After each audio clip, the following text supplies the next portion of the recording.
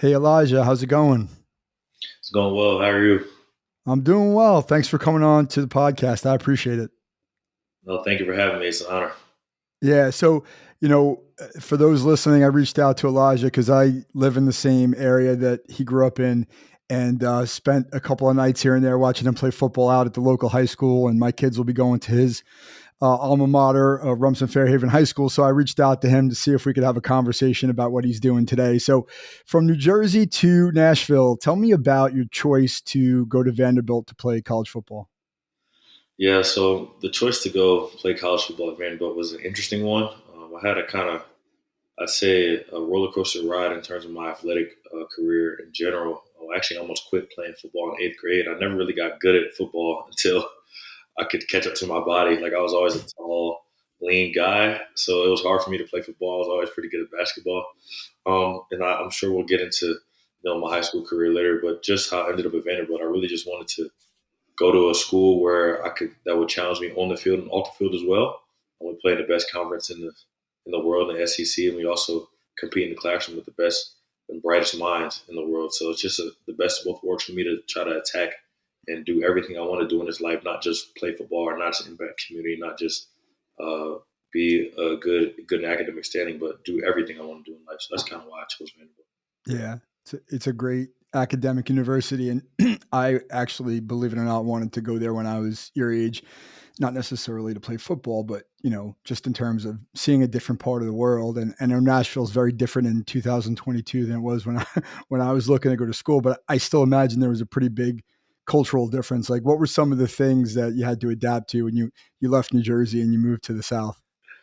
Yeah, I mean, I'm sure you get it sometimes if you travel a lot or you kind of go meet different people. Like the first thing was like people were telling me I talk too fast, and I'm so used to just New Jersey, New York, talking fast, moving fast. And that was the first thing, but that's kind of one of the reasons why I really wanted to come to Vanderbilt. I wanted to get out of the Northeast and kind of see a different way of life, and it was important for me to kind of do that for myself and learning about myself more, getting away from some family or way of life I already knew, which is important for me to do, and that's kind of the reason why I chose Vanderbilt. So just me talking fast is one of the main things that guys used to give me mess about at first, and just a different culture in terms of like food, barbecue, country music as well down here is big. So little things like that, but it's honestly was a seamlessly easy transition for me just going through it as I was a freshman. Yeah. And from a football perspective, I was kind of checking out some of the the information on the school's website, and there was a video. When you left high school, you were what, like maybe 210. Now you're 270. What's that transition been like to put on that amount of weight in the last few years? Yeah, I mean it was a crazy transition because like I'm a guy like I said earlier, I love basketball and I was a basketball kid my whole life pretty much. So that's why I was so skinny. Like I was longer limbs and I was always pretty athletic, but playing football you need to have some strength to you. So just I vividly remember my first couple practices here, uh, playing defensive end here at Vanderbilt just in college, and it was just so funny. Me being out there just running around. They used to call me Bambi because my legs are super skinny and my arms super skinny, just running around. But that transition was amazing. Just gaining that weight and being able to add on that good weight, good muscle to help me play better and be a contributor on the team, which is amazing. That's kind of obviously why I had to do it because you can't play defensive end in this conference at 210 pounds. You can barely do it at 230. So just being up to 270, having a lot of muscle, being able to play my position at a high level is important. Has the weight gain, how has it impacted your speed or your mobility? Honestly, it's helped my speed and my mobility because the stronger I've gotten in my lower body, the faster I've gotten. Obviously, just having natural athleticism is important, but the more strength you can put in the ground, the faster you'll be because you'll put more force in the ground and then push off. Yeah. Yeah, that makes So, sense. Yeah, I have to imagine that. Again, for those who are listening, the for a high school program here in New Jersey, there's a pretty sophisticated weight room culture at RFH, yeah, yeah, and but I can't even imagine what it looks like going to an SEC weight room. Right, you're going from high school to college at the highest level. You probably have been exposed to some pretty interesting techniques and things in the weight room there that have really opened your eyes. I would imagine. Oh, for sure. I mean, it's funny that as I was explaining the speed and the strength in the lower body, I sounded like Coach Orok, who's the high school strength coach here at Orange Fairhaven Regional. Yeah. He kind of really helped me in my first part of my life transition into that defensive end spot and Division One football player, from getting me to probably like I'd say 150 when I first got to high school to 210, and then coming here, he was pivotal on my success to get to college, and then coming here at Vanderbilt, and the coaches pushing me here. That was a great transition. I think Roar prepared me. He prepared me big time for being ready in the weight room in terms of like how you operate within a college weight room. But the college weight room and strength coaches here pushed me to obviously pack on that weight, get those muscles, and kind of be able to contribute here. Yeah. So, I mean, along the same lines, just, beyond the weight room, I mean, again, I'm going to talk a little bit about RFH because I know a little bit about it, but you came from a very successful program, right? A very unique high school football culture, winning culture, highly successful. Like, what did you learn as a football player at RFH that you've taken with you to Vanderbilt? Oh man, I mean, I've learned so much there, uh, just from a football standpoint, but also as a man. I look at certain guys and coaches that poured into me while I was there. Coach Orok, obviously, Coach Schulte, Coach Quinn, and those three guys honestly were huge into my development as a man, as a football player. One of the main things I learned when I was at RFH, obviously, I could have went to a lot of different high schools and been the man, and just played offense, defense, and caught a ton of touchdowns and got a ton of sacks, and probably would have been great for my ego at the time, right? But one of the main things I learned about myself and about football is how much I love the game for its camaraderie and the team aspect of it. I mean, we're one of the few high schools in New Jersey, especially public high schools, that only let our guys go one way, and not play offense, defense, and really Hmm. have a team oriented style of running the football, playing really good defense. And no matter what kind of guys we have, essentially, on the roster, it's not tailored towards players, it's tailored towards the program. And that standard that we built there, and that they built before I got there, and that have continued to build since I was there, has kind of allowed me to develop as a man and a football player. So now, like, I throw the ego out the window. The personal things don't really matter. It's about the team success and how I can be a better leader, a better person to my friends and my teammates. Yeah. Well, that probably lends itself to the fact that you were named captain of your team for the upcoming 22 season. So, tell me about that. What was it like to be named captain in a program like Vanderbilt in the SEC, and having gone through, we could talk a little bit more about it, gone through some challenges, in terms of injuries and things like that, transition. Like, what was it like to be named captain of your team? I mean, it was an honor, and it was truly special because it was voted by my teammates. Those are guys that you spend every day with, and that, Yeah. to have that respect from 100 plus peers of yours is just amazing. It's a humbling thing to be able to wear that C on my chest and go out there every Saturday and represent my family, my teammates, this university at a very high level. It was just a great feeling for me, not personally, but it's just to know that, like, what I say, and the impact I have on people's lives is important in some aspect. And it was just great for me just to have that honor to do that last year, and hopefully this year I can do the Yeah. same. Just being able to um, have that respect and understanding from my peers is just amazing.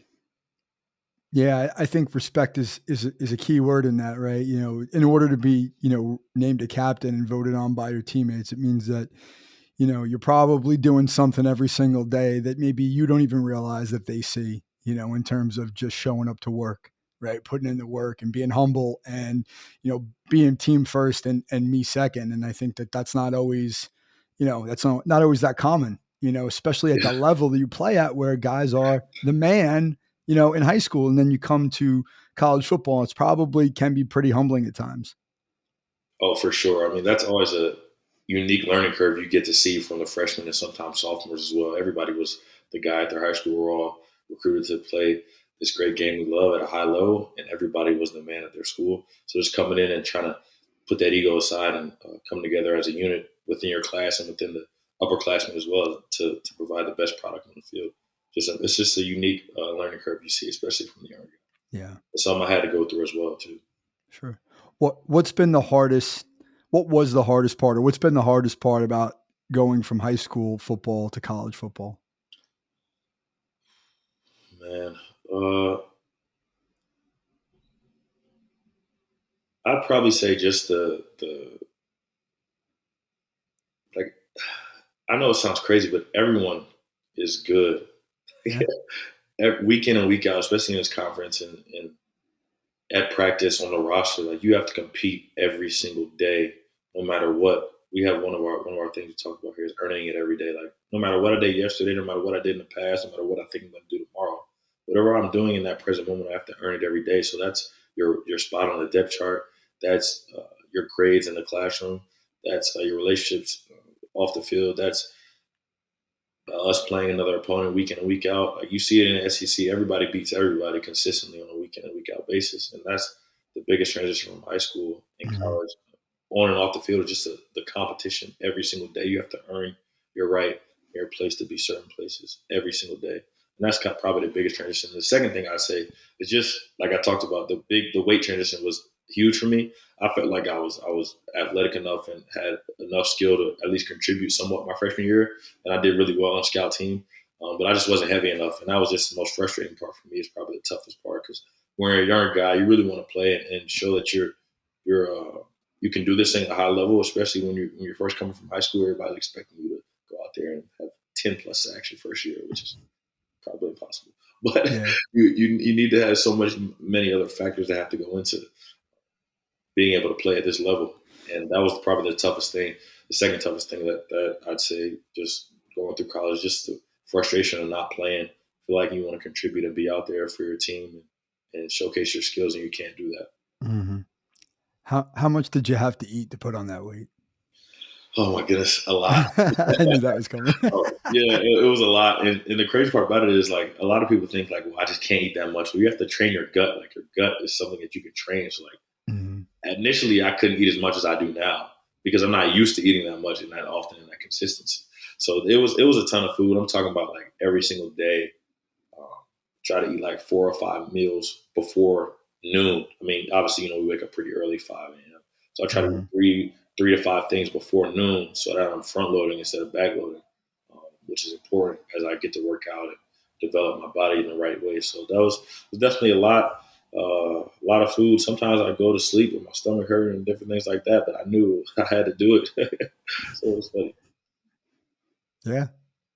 Um, I mean, obviously, there's been a big physical transition in terms of your body and weightlifting and nutrition and like just kind of keeping up with the competition from a mental perspective. Like, are there any specific adjustments or things that you've done mentally to be able to, make that adjustment and ultimately get to the point you're at right now? Yeah, so I mean, the mental side of the game is huge for me. Mhm. Just life in general, for various different reasons. I mean, to the point where I studied psychology here at Vanderbilt for my undergrad, and that was just huge for me because that's something I enjoy learning about. The mental side of the game, the biggest transition for me from high school to college, and that was just the self talk. I think we go through a lot of times where we listen to our thoughts instead of talking to ourselves. So we have to talk to ourselves instead of listen. So when you have a bad play, a bad drive, a bad practice, we go through the day and we're like, "Oh man, that was bad. I stink. Coach is gonna yell at me during film. Blah blah blah." Mhm. And you're dwelling on that play, that practice, that Yep. time, and then soon enough, the time goes by and everything's over with while everybody's still standing upwards. So we have to talk to ourselves instead of listen to ourselves. So I feel like in some ways I used to motivate myself by putting myself down, like, "Oh, you're not good enough. They say you're not this, you're not that," and try to motivate myself through that way. But now Mhm. instead I just by listening to the noise. But now instead I just talk to myself, reassure myself that I'm grateful to play this game, that I'm good enough to be here, to not only be here but to succeed, and just talk to myself positively every single day. That's the biggest transition for sure. Yeah. I love the way you put that because that's something I talk to athletes about all the time, which is, when you're talking to yourself or you're thinking about what happened the last play or the last 10 plays, or you're thinking about the next play or the next 10 plays, you can't be present in the moment, right? Like you said, like time just passes you by. Meanwhile, like it's not possible to be your best in the moment if you're distracted by those thoughts, right? So you have to learn how to control them. And what it sounds like you've done is really learn how to manage them and reframe them and basically not let the self-talk, not let your subconscious be convinced by the things that you might say to yourself. Yeah, exactly. I mean, the only thing that's guaranteed when we're talking about competition or sports is adversity. So once you Hmm. understand that, like, you're gonna have a player you don't feel like is up to standard, or you're gonna be down by a touchdown. Another team's gonna score. Something's gonna happen. You're gonna have an injury. Anything. Adversity Yeah. is guaranteed in sports. And once we understand that and know how to kind of Yeah. mitigate through that and understand like that's going to be there, but we know how to handle that and process that by self talk is going to be super important. So that's kind of what I learned a lot. Yeah. Yeah. Right. Accepting the fact that it's going to be hard. There's things that are just not going to go your way. And if you try to resist that, it's just going to make it worse. I'm curious at Vanderbilt, do you have folks on staff, like sports psychology folks that you can go to or work with the team? Yeah, we have a mental performance coach. This will be her second year on here, Okay. Kayleen Curry, and she does a great job with connecting us with different leadership groups and meetings with different people, one-on-one meetings as well. She's been pivotal to our transition as far as a team in terms of mindset here at Vanderbilt. And this is her second year. Coach Lee brought her here with him because we didn't have anyone kind of like this on staff before in my earlier Yeah. years, and she's been important to the development of the mindset of our teams.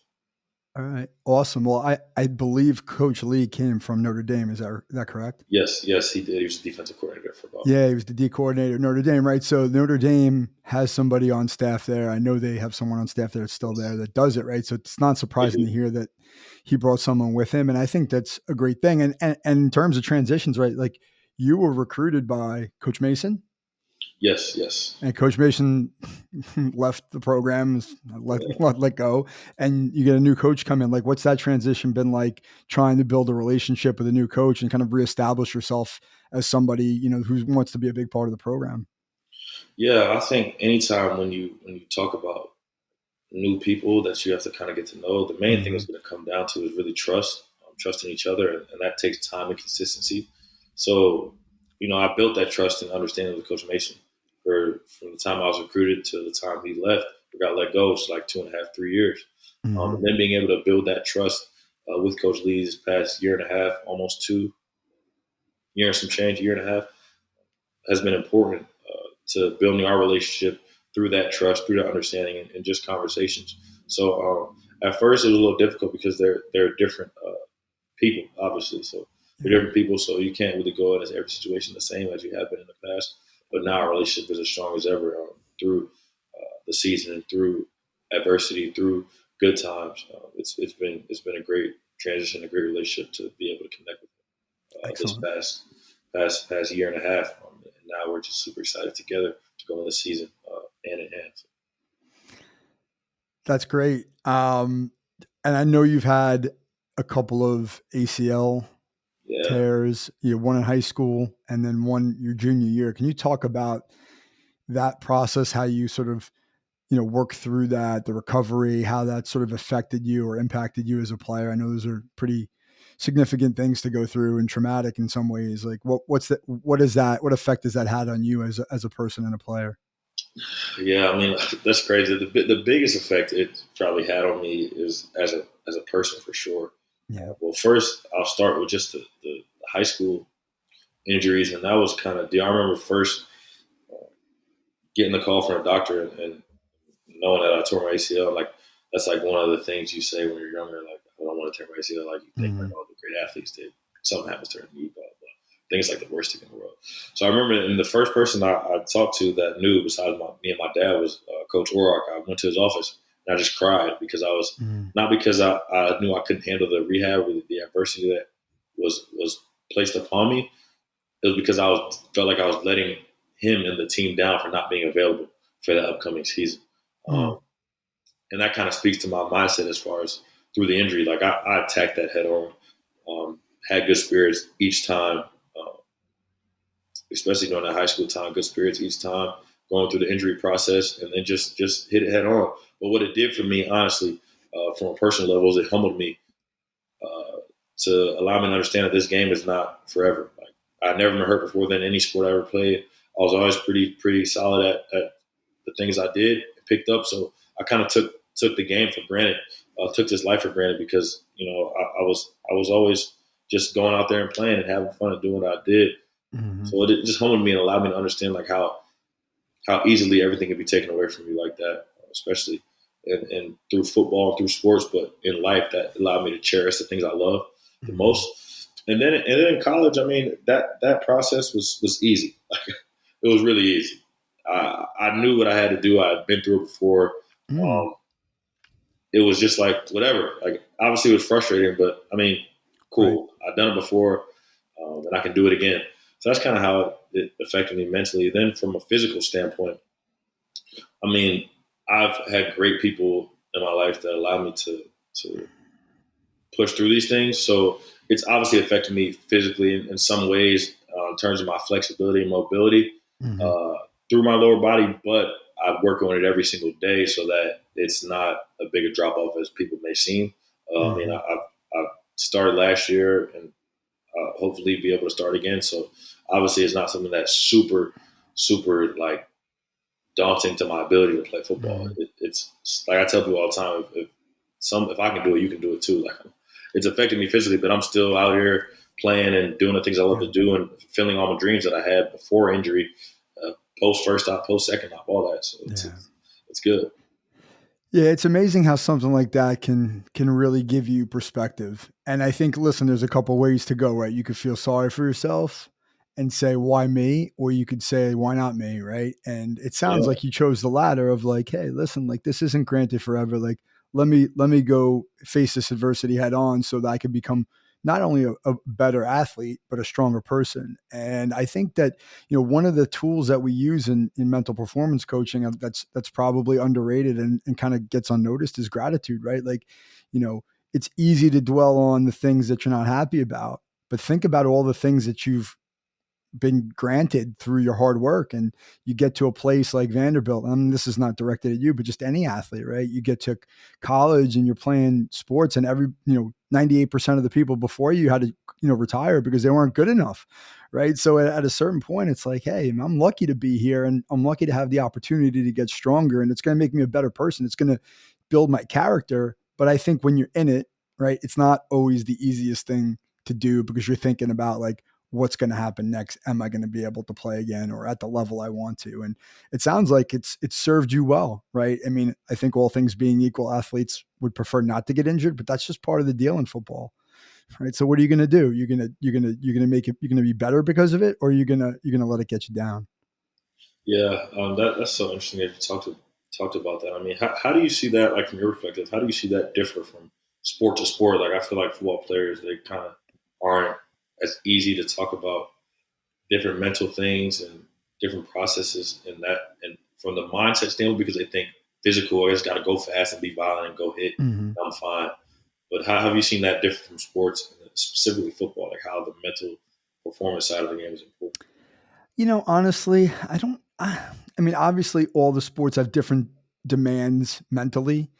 Um, I think for me, the thing about football is because it moves so fast. I had spent some time working with a quarterback, who was a high school quarterback in California, and he was looking to play college football.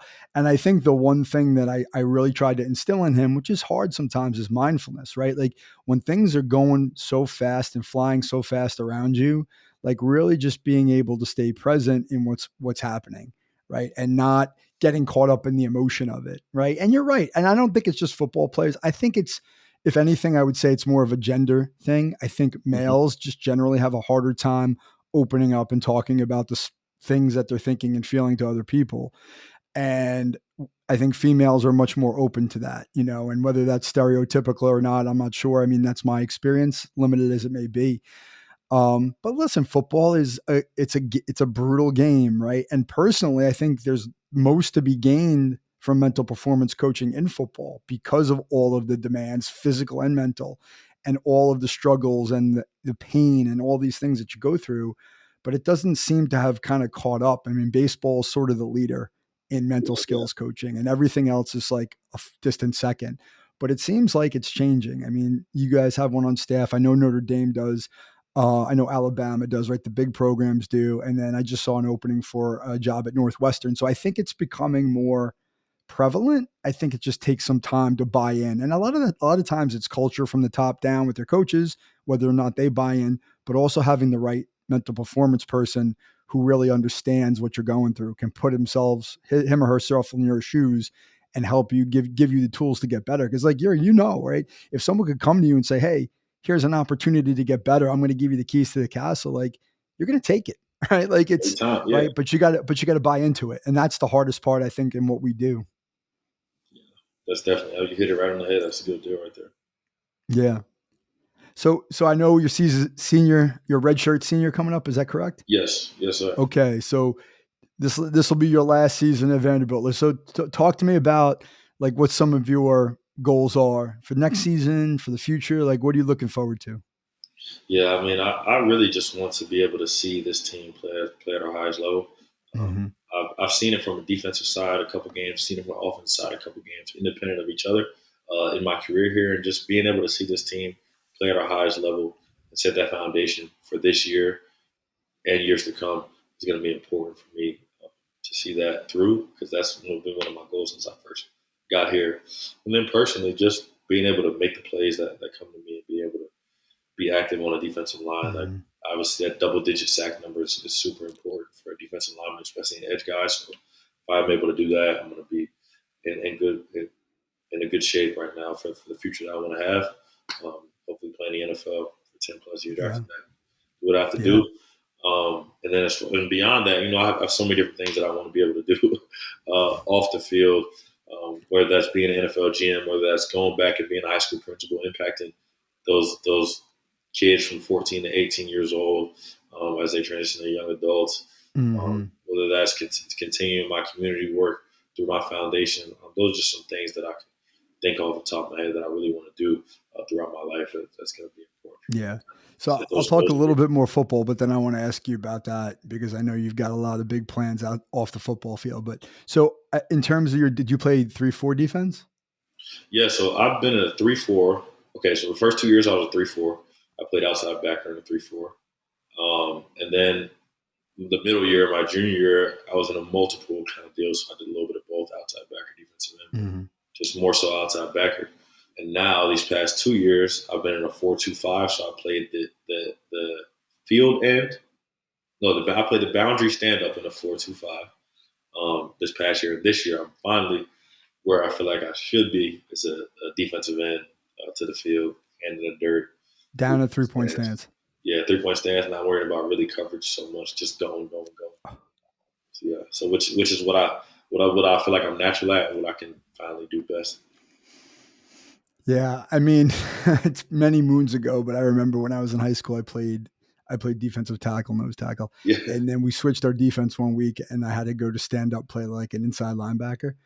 Well, I was not made for that, right? Like as a it's so defensive different. lineman, you're only used to going forward, right? Then you get put up in space, and it's like, man, this is some hard stuff, right? Yeah, Especially on the outside. In the middle, you can kind of get away with, it, but on the mm-hmm. outside, you're out there. So it Full out sounds like you're field. going Yeah, back to what you want. yeah, exactly. I mean, you just spoke to it. I'm sure you gave a deep level of respect for those guys back there after playing that Heck for a game. yeah, nice. So tell me about. I know you have your foundation. I know you've been running some camps here locally, which is awesome. Love to see that. Like, you talked about some of the things you might want to do, but I mean, tell me more about the foundation and what you're doing with it right now. Yeah, so I mean, I started here just at Vanderbilt. I mean, I've always been big and just being able to connect with people and kind of help any way I Mhm. can. But being here at Vanderbilt these first 4 years here, or three and a half years, I just did a lot of different community service work for different organizations, and a lot of people started to take notice of it and Mhm. continue to build uh, that talk around how important community is to me, and Mhm. not for me personally, but just to understand that like impacting people's lives is important, because that's the only way the world's going to become a better place. So doing that and being able to be on the SEC community service team and the good All-State Good Works Hands team is just super important for me, and it Mhm. allowed me to connect with some people and spark an interest of mine to start my own foundation and do works for people that I've impacted in my life, where I'm at here in Nashville, as well as my home state, New Jersey. This is important for me to do that. I was always going to do it. I was going to wait and wait and wait until, well, maybe when I'm older, or maybe when I get to the Mhm. NFL, and maybe this and that. Well, no, like I've been impacting the community my whole life, and let's try to start this thing now and do it. So the foundation is all for one, one for all. So I wore 41 my first couple years here. I wore number one. Wear number one now. I wore it in high school. It's just this all for one, one for all is like a good saying for people. They know like each individual member gives their loyalty and their love to the group, and then the group gives that back to each individual member. And that's kind of what we do here at All for One for All Foundation, and Mhm. we're going to do that through education and experience. I Yeah. think it's important to teach people life skills that they need to be Mhm. applicable to everyday life, which is why, at some capacity, some years down the road, I want to be a high school principal, teaching life skills. But those life skills through education and then experience as well. Like I'm a big travel guy. I like to drive different states and go eat different food and do things that aren't really available to a lot of people, or weren't always available to me growing up. I was just having them experience things they don't always have access to is important. So those two things are really the pillars to our foundation. My Yeah. foundation is just education and experience. Yeah. So was there something that inspired you in your life when you were younger that led you to that conclusion that you wanted to do something like this? Yeah, I mean, I kind of spoke to it a little bit, but just like the impact people have had in my life that has kept me on the right track and pushed me and ascended me up on my journey Mhm.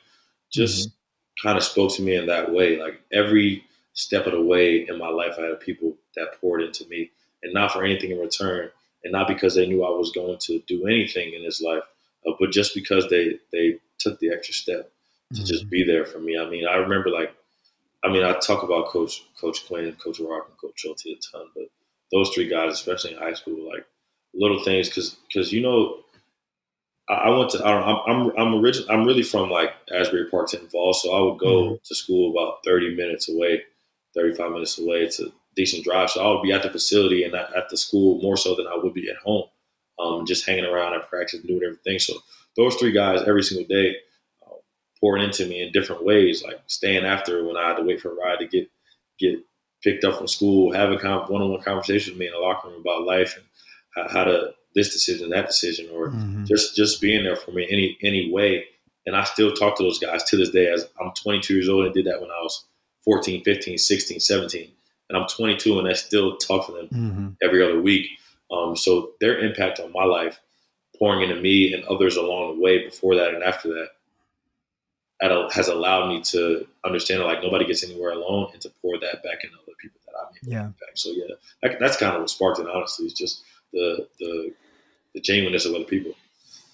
Yeah, well, I have a similar experience personally, and I won't get into that, but I think it took me a lot longer, um, a, a lot later in life till I realized that like that realization that there's a lot of people who helped me along the way, and I want to be able to give back in my life. And I was 20 plus years older than you when I sort of came to that point. So it kind of speak it not kind of it does speak to your emotional maturity that we have that awareness of like, hey, these people are really going out of their way to make sure that I'm developing as a human being.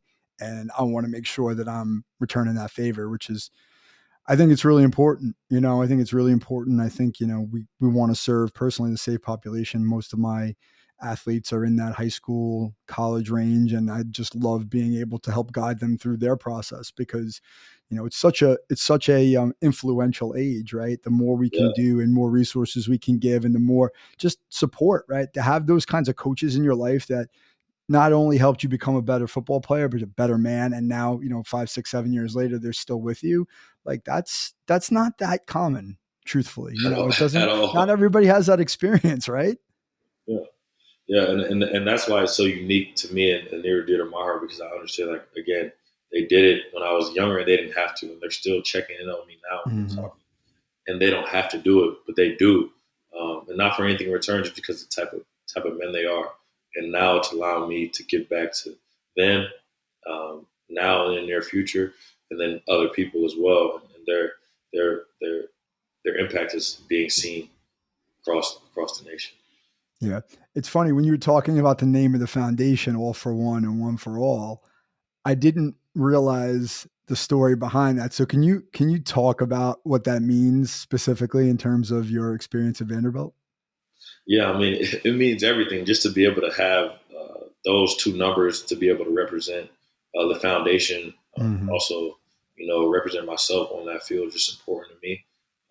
It's something that people know me by, um, off the field or on the field, but they're going to remember me off the field because of the impact that I have in the community and through this foundation, and being able to Yeah. impact their lives every day. So it's definitely significant, which is why I kind of was able to play on words with that. So it's a pretty big tradition at Vanderbilt that the captain wears number one. Is that the story? Well, no, but the unique thing about it is like when Coach Lee got here, you had to earn your number, so everybody's Okay, number was stripped gotcha. to a clean slate. Um, and every year he's been here, the first year and this year, you had to earn your number. So everybody started off with no numbers. So that number one was unique because I had to earn it back. I had to earn it. I had it in high school. Um, Gotcha. and I had 41 in college because obviously it's number one. Like I feel like it's a top number for everybody that wants to get, but I had to earn it with a new staff and new principals. Then I had to do it again this past summer, this past year, earn it again. So it's a Uh-huh. unique number for me because I wore it in high school, and it's something the number that I love to wear, and I had to earn it each year I've been here. So how do you earn it? Like, what are the criteria? Like, how do they decide who gets to pick what number they have? Yeah, I mean it's kind of just a multitude of things, but I say one of the main things that it's a foundational point is just being able to uphold the standard of our program, and doing that through these five covenants that we have. We have five covenants. It's Mhm. true brotherhood, pride in everything we do, earn it every day, player to player accountability, and recycle positive energy. So just upholding the standard of those five covenants Yep. and truly living and breathing those things. It's just a foundational thing is how you feel like you can get on the right path to earn your number, and the rest is kind of just different other things as Yeah. well. Yeah, well, and the truth of it is, from my perspective, from sports psychology perspective, those are things that are completely controllable, right? Those are character Yes, things. Those are effort-based attitude things. They're not It's not about your performance on the field. It's about the way you uphold and represent the program. And it doesn't take any sort of special skill to do those things. It just takes effort and attitude and commitment to live that life. And I think that kind of coaching is really important, right? Rather than rewarding the performance, which obviously you're in a performance-based business, right? That's life. But as a program, right, we hold everybody to the same standards and no one's above the program. And I think that's important, right? And that also makes for a great culture, and ultimately that culture leads to success on the field. exactly. Which has been instilled in us. This culture deal has been important for us to build here with the new staff and as a transition into the new way of Vanderbilt football coming here soon. And like you said, it can't. It's not performance based. Like performance is so dependent on a lot of different things. Sometimes some people don't have the God-given ability to do certain things out there on Yeah. the field, but that doesn't mean that they're of lesser value of another person than anybody in this program. Horizontal totem pole we have right here. Everybody's the same, whether you're the head coach or anybody else. Everybody's the same horizontal totem pole. It's important to be able to do that to build that culture and then understand it. Like, hey man, it's not predicated on performance. It's all about the choices you make every single day. Absolutely. And the people who don't get onto the field, or the people who don't play as much, they're still valuable to the program, right? You need Yes, those people to succeed. You need a scout team. You need guys ready to go in when someone gets injured or something happens, right? Like, everybody has value, in that process. And I think that's really important. So, one quick question, and then I'll ask you my final question. So, who do you open up with this season? Hawaii at Hawaii too, so it's nice little Oh, vacation. nice. Yeah, good Another life vacation. experience under the belt. Exactly. Good vacation. We'll be down there for about I love it. I think about 4 or 5 days and just kind of get acclimated to the time zone change and Uh-huh. kind of get around Hawaii because nobody's ever been there. Maybe a handful of people, staff, Yeah. and then go hopefully win a football game on Saturday. Excellent. Nice. A good business trip. A good Exactly. business trip. Exactly. So my last question is, I'll ask you. I ask everybody the same question. So, and I'll frame it as, if you had to give just one piece of advice to a student athlete, high school student athlete who's listening to this conversation, in terms of what they should or could be doing to put themselves in the best position to succeed, what would you say that piece of advice would be? Yeah, I mean, I kind of give two things. I'd say just make the choice. whatever choice there is in life, make the choice to do the right thing and make the choice that's going to be the best for yourself. So I think a lot of times, especially when you're younger, you kind of wake up and let's see where the day brings me, or based off how I slept, how's my day going to go, or if this person talks to me this way, this person talks to me that way, what am I going to do today? How are things going to affect my day? That's kind of how we go about life, not only when we're younger, but in life in general. But when you wake up every day and make the choice to do everything you have to do every single day, and understand that like you have control over all the things that goes on in this life in that day, and nothing can knock you off that pivot is going to be super Mhm. important to anyone in life. That's the thing I'd say to high school kids: just make the choice. Make the choice every day once you wake up to know what kind of day you're going to have. Not because there aren't going to be factors and different things that are going to maybe try to knock you off that path, but just understand like you are the controller of yourself at the end of the day. That's the first thing I'll leave them with. And then the second thing I'll leave them with is just man, take some time out of your day to yourself and listen to a podcast, listen to different audiobooks and read. That's something I enjoy to do more so than anything probably in the world besides playing football. It's just I love listening to podcasts and listening to audiobooks. It's hard for me to sit down and just read, honestly, because I'm just so fidgety sometimes. But being able to just listen and have someone in my ear to speak positive things to me, to learn and gain knowledge from is important, which is why I'm just so honored to be able to have this opportunity to speak on this podcast and to you, because, I listen to podcasts every single day and audiobooks every day. The knowledge I get from that is super important. So if one person gets something from this podcast, this episode will be great because then they'll be able to tell the next person, and the next person. And that's kind of how people learn, is through experience or through education. This is a valuable experience for me, and being able to educate other people. So here we are. Yeah, here we are. That's exactly why I do what I do, because I feel like these conversations and hearing about people's life experiences really is the best way to learn. And I think that those are both great pieces of advice. So let me say that I want to thank you for joining me here. It was really great to get to know you a little bit, having followed you over the last few years, and I only wish you the best going forward. So thank you, Elijah, and have a great season. Yeah, thank you for having me, and I can't wait to be back hopefully soon in person with a nice in person podcast as I get along in my career and my journey. I for sure will be Let's back. do it. It's a great conversation for sure. Absolutely.